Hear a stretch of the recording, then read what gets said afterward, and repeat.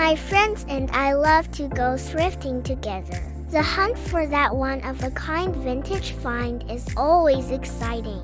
You never know what cool things you're gonna find. One time we were at an antique mall and we found a little ceramic teacup with a face painted on the front. And when you took a sip from it, it said, "I love Rick Astley" in this kind of whiny voice. It was so strange. The lady who worked there had no idea how it worked or why it was programmed to say that. But my friend bought it anyway, mainly just to mess with people. A few weeks later, she invited some friends over and put out a whole spread of finger sandwiches and pastries and got the good bone china out and everything. And then she poured everyone tea from the talking teacup. And when her friend took a sip, it said, "I love Rick Astley." They all stared at the cup in stunned silence for a moment. Then they started laughing and having the best time. That's the thing about thrift store finds. Sometimes the coolest things are the ones that don't work or have no apparent use, but that also makes them a blank slate for your imagination to run wild. Today, we are taking a look at some stuff that may not have any clear purpose, but might just be waiting for the right person to come along and give it new life. Up first is this cute little guy here. It looks like a porcelain cat that plays music. He has these two little paws that you can press and he will sing songs. But which songs? Let's find out. I pressed the left paw and it sang "Pop Goes the Weasel." Not exactly the most complex melody, but hey, you gotta start somewhere. So I tried the other paw and it sang "Twinkle, Twinkle Little Star." Alright, maybe not that much more complex, but hey, now we've got two songs. If only there was some way to change the songs that this little guy would play. Well, wouldn't you know it? There is. This little guy's belly opens up to reveal a tiny keyhole. And if you turn the crank on his back, it advances the song selector dial. So now he knows how to play "Oh, Susanna." Okay, so it's not Mozart. But you know what? I'm getting a lot of mileage out of this. I mean, yeah, it's a novelty item and probably isn't worth that much money. But it was still really fun to try out. And sometimes that's what thrifting is all about. But speaking of items that are totally worth the money, check out this adorable little sweater set I found. How cute is this? I just love baby clothes because they are so stinking small and they make me feel like I am holding actual pieces of pie. I bet this sweater goes well with these pants. Oh, I'm a genius. Just wait until I put them together. Oh my gosh, it's the cutest thing ever. Like I want to squeeze it, but I'm sorry.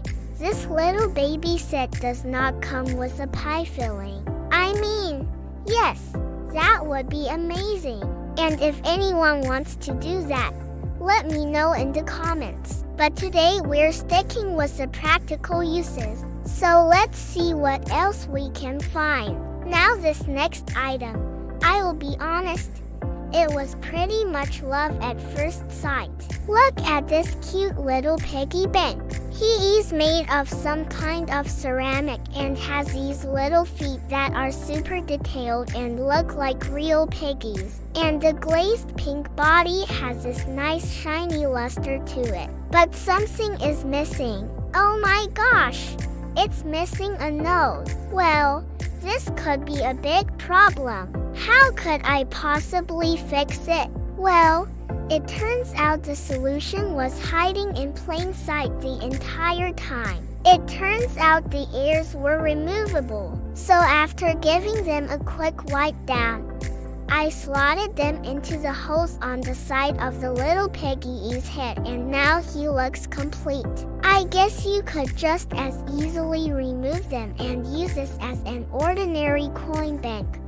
But why would you want to do that? I love it when I can find something unique like this. It's hard to explain, but some things just make you happy just to look at them. And this is definitely one of those items for me. Speaking of items that make you happy, look at this vintage record player. It looks like something that would be at home in an old-fashioned general store.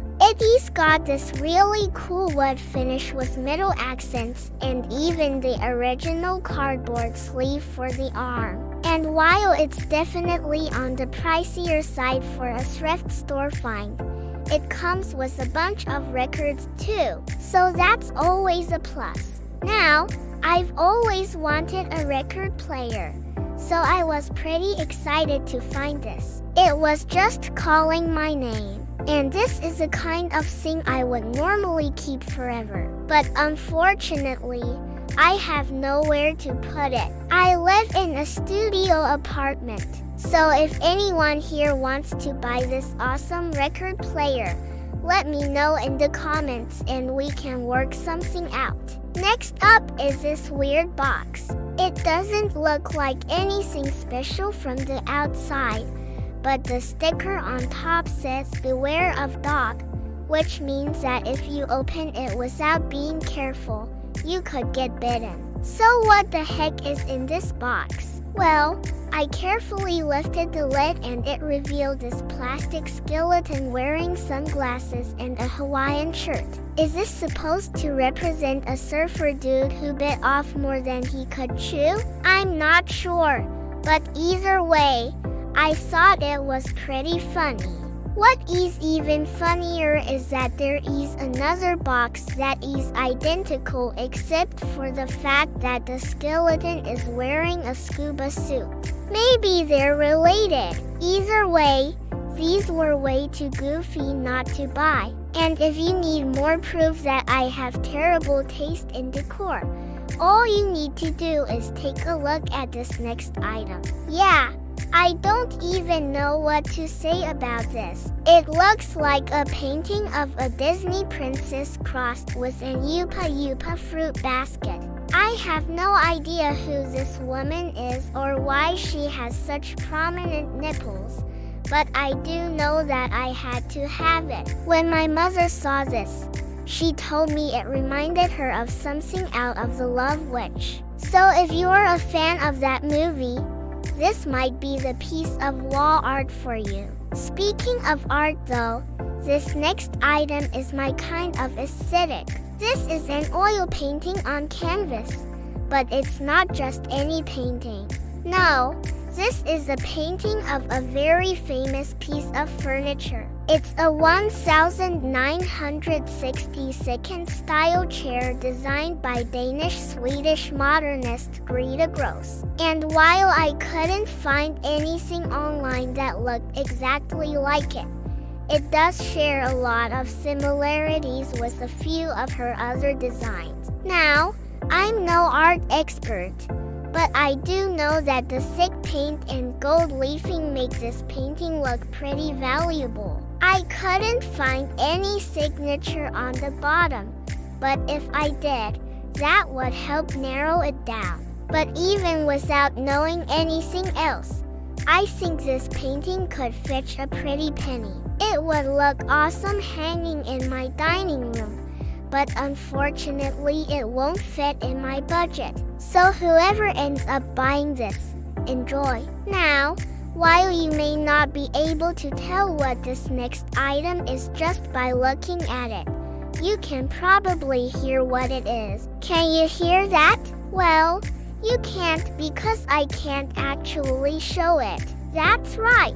This is a talking toy. Well, it was a talking toy.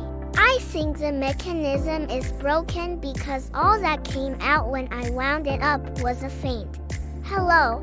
It's got this brown felt body and what looks like a leather face with a paper collar. The only other markings on the toy are this stamped on number 74, which I assume means it was made in 1974. But unfortunately, no matter how many times I wound it up, all I could get it to say was hello, which raises a question. Was this originally a talking doll, a teddy bear, or a fish? I'll never know.